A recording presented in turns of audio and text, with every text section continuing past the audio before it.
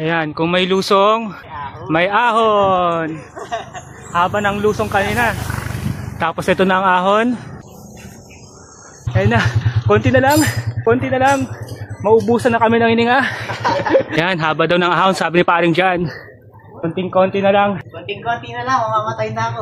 Hindi na lang mamamatay na siya. Huwag naman. Siyempre, itong ating tangko, chill-chill lang. Habang tayo hingal na hingal. Grabe. Yan, lubak pa more.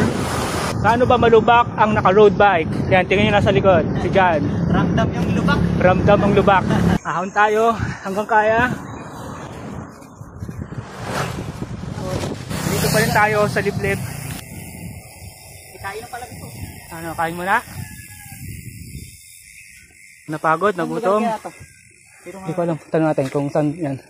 I-bike muna natin. Kung may lusutan. Wag. Tanong muna natin kung saan yung daan yan. Ayun, Teresa. O, Teresa daw. Ah? Teresa Pantay. O, pantay. Dito kasi, ahon. Parang kabaliktaran yata. Kinakabahan ba? Basta maraming lusong. Matik, awan kabaliktaran yan. Ang bike ng mga malulupiton. Ba ng boso-boso, umikot ng Teresa, umahon ng Antipolo. At ngayon, nasa Antipolo Cathedral. So, pahinga muna kami. Then, kakain, then, uwi.